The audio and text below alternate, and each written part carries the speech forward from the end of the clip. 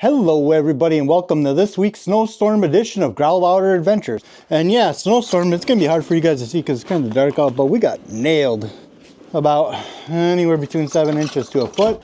So I figure this week, nothing will be better than some nice stick to your ribs, warm comfort food to keep you satisfied during those long winter days while we're not able to be out in the woods every day. And to top it off, we still have some metal detecting adventures to give you. So let's get into this week's adventure and check out this savory dish that you're sure to love this winter season and some pretty cool treasures we found with the DS2.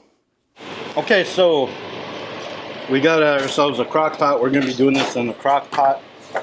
We're going to start off with a crock pot liner because apparently sometimes these work really good. And you don't have to scrub your crock pot as clean.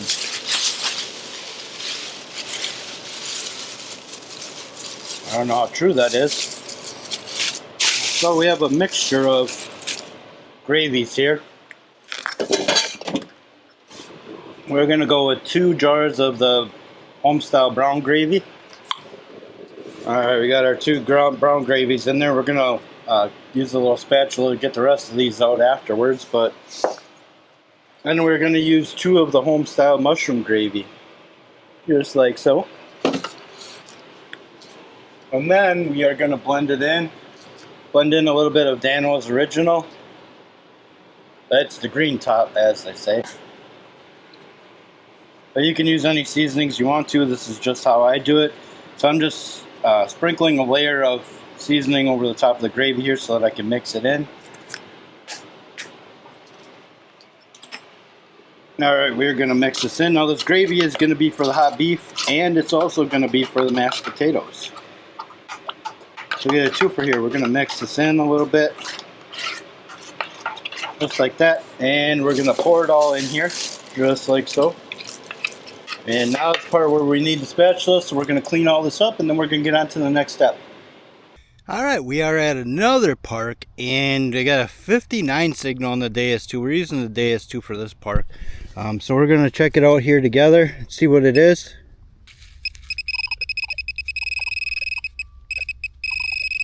Alright, so it looks like we're under here. Oh, there we go. Ooh, look at this. Look at that. Little, looks like a blinger charm. Little heart. Let's see if I can get you guys a better look at it out of the shade here. Look at that. You never know what you're going to find, and even if it's something that's not of value, like a financial value, it's still pretty cool to find something like that. So let's see what else we can find in this park while we're here. Alright, so we got those done, got that mixed up, and we got a spatula. So now what we're going to do is we're going to take some baby Bella mushrooms, and we're going to put about half of the container in there.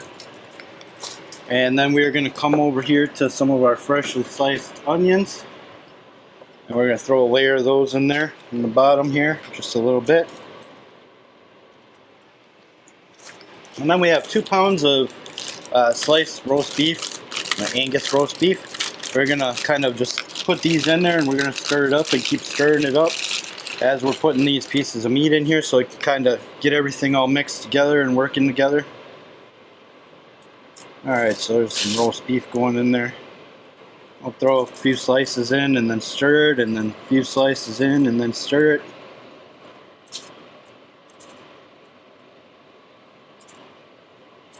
Alright, that looks like a good start. Alright, we'll stir these in here.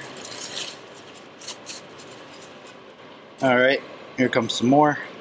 You can kind of adjust this based on how many pounds of meat you want to do. You don't have to have 4 cans. You can drop down less cans and less meat. You don't have to put the mushrooms and the onions in there. It's completely optional, but we love a good mushroom and onion along with our beef around here, so it makes sense to just do it up, right? Alright, so we're going to get these guys out and apart and get them spread out and get them gravied up. So again, we're stirring in into the gravy mix here. Just getting all the meats in there. Look at that beautiful roast beef right there.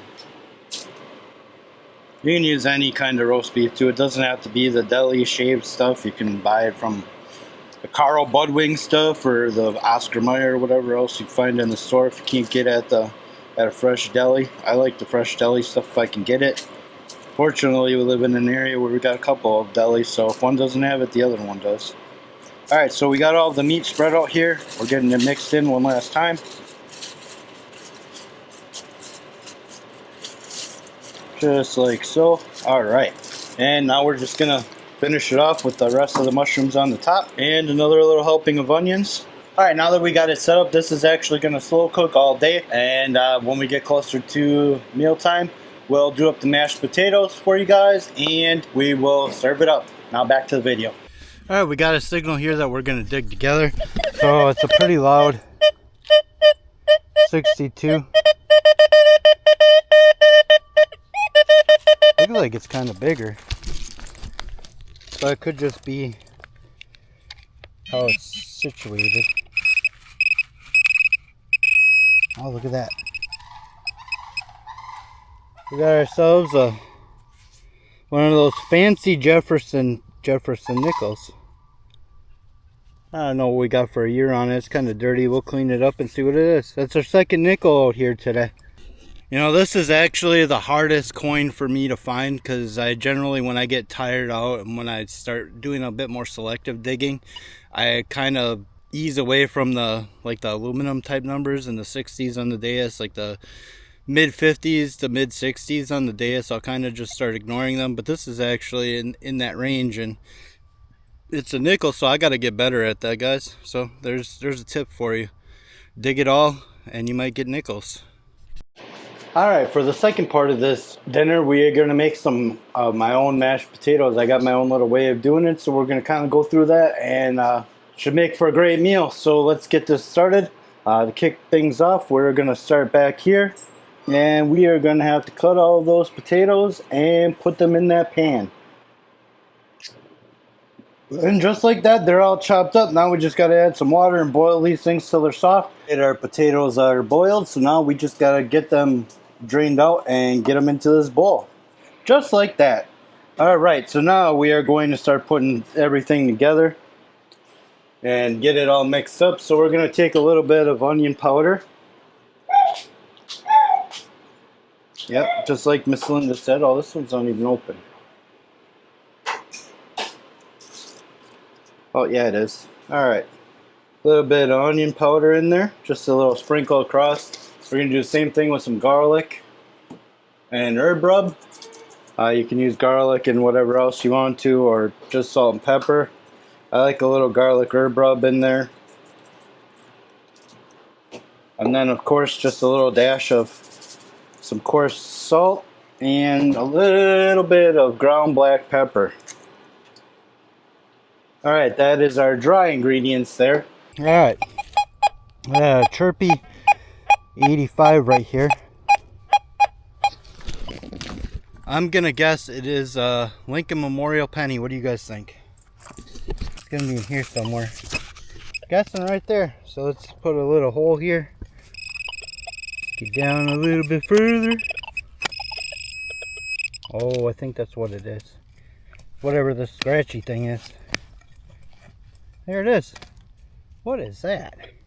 You know what? I found one of these out here last year too. This exact same thing. Like a little kind of a clasp to something. I don't know what it is, but this is the second one of these I found in this exact same playground.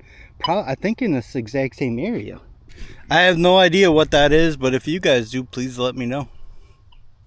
So now we got to get to our wet ingredients. So first we are going to put in a dab of Parmesan, garlic, and basil finishing butter. You can put in just regular butter or anything you want to.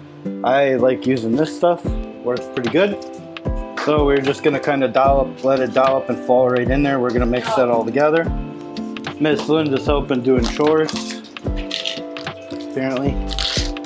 And we're going to do about a half, 3/4 of a tub of sour cream in there. You might want to put a, you might have to, oh, that just dumped it all in. Alright, we'll just go with the whole thing, I guess. Alright, so we got our ingredients in here. Now we just got to mix it all up with our handy dandy mixer. Whoop. We may need to add some milk in here as we do this. Sometimes you do, sometimes you don't. but just start off real slow.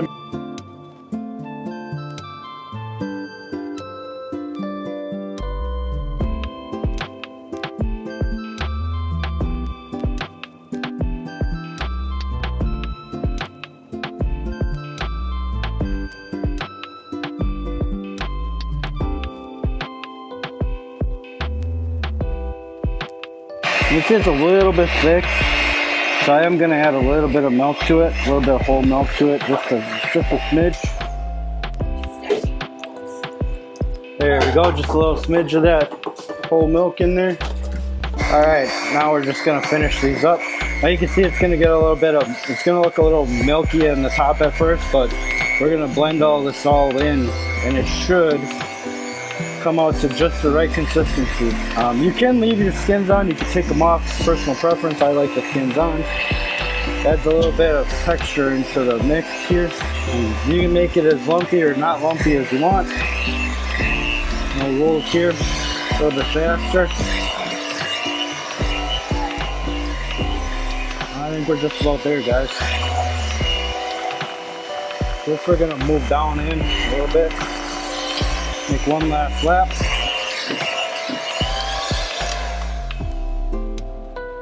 And there you have the mashed potatoes. Now the only thing left for us to do is eat it at dinner time. Alright, so we moved to the playground that is adjacent to the playground we were just at, and we got our first signal. It's a 93. So let's see what this is together here. I'm guessing it's going to be like a dime, maybe a quarter if we're lucky.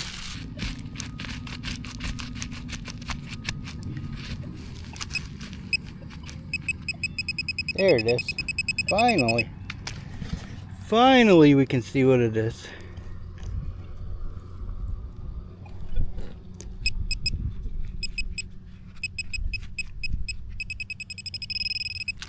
Alright, a little bit further down here. It did not want to talk to us at all.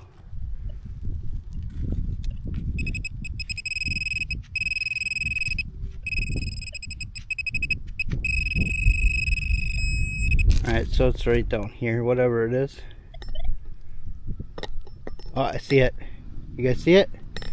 There it is. Oh, we got ourselves a big... Is that a quarter? Oh, that's pretty torched. I don't know. Yeah, it's an eagleback quarter. It's just really dirty. Doesn't appear to be silver.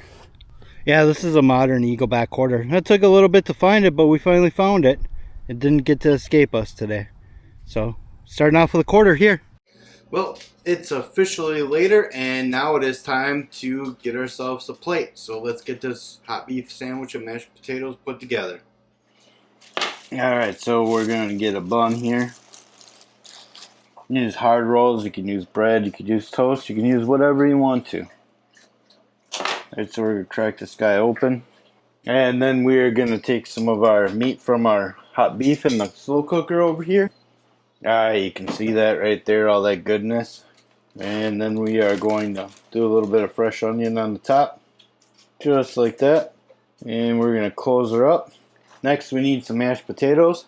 So we're going to get a dab of those out of here from the other cooker. Surprise, we added some cheese to them too. And finally we're just going to put a little bit of the gravy from the hot beef right on that. Just a little bit closer to the action here. Let's take a little breather. I gotta show you guys something that's pretty cool. I think it's pretty cool anyways. Look at that big old buck with his shed. Look at these guys. Couple nice bucks over there looking at us. That guy's losing his shed. The velvet off his rack. Oh, he's taking a dump too apparently. Well, you guys get that in 4K. Literally. A nice little deer thing sitting here right on the outskirts of the zoo here. That's a big old guy.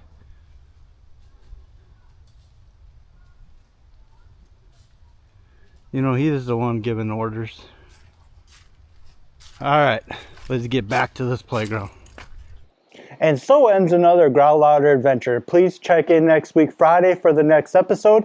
And if you enjoyed the content here today, please consider subscribing, and let me know how your day in life is going in the comments because we care.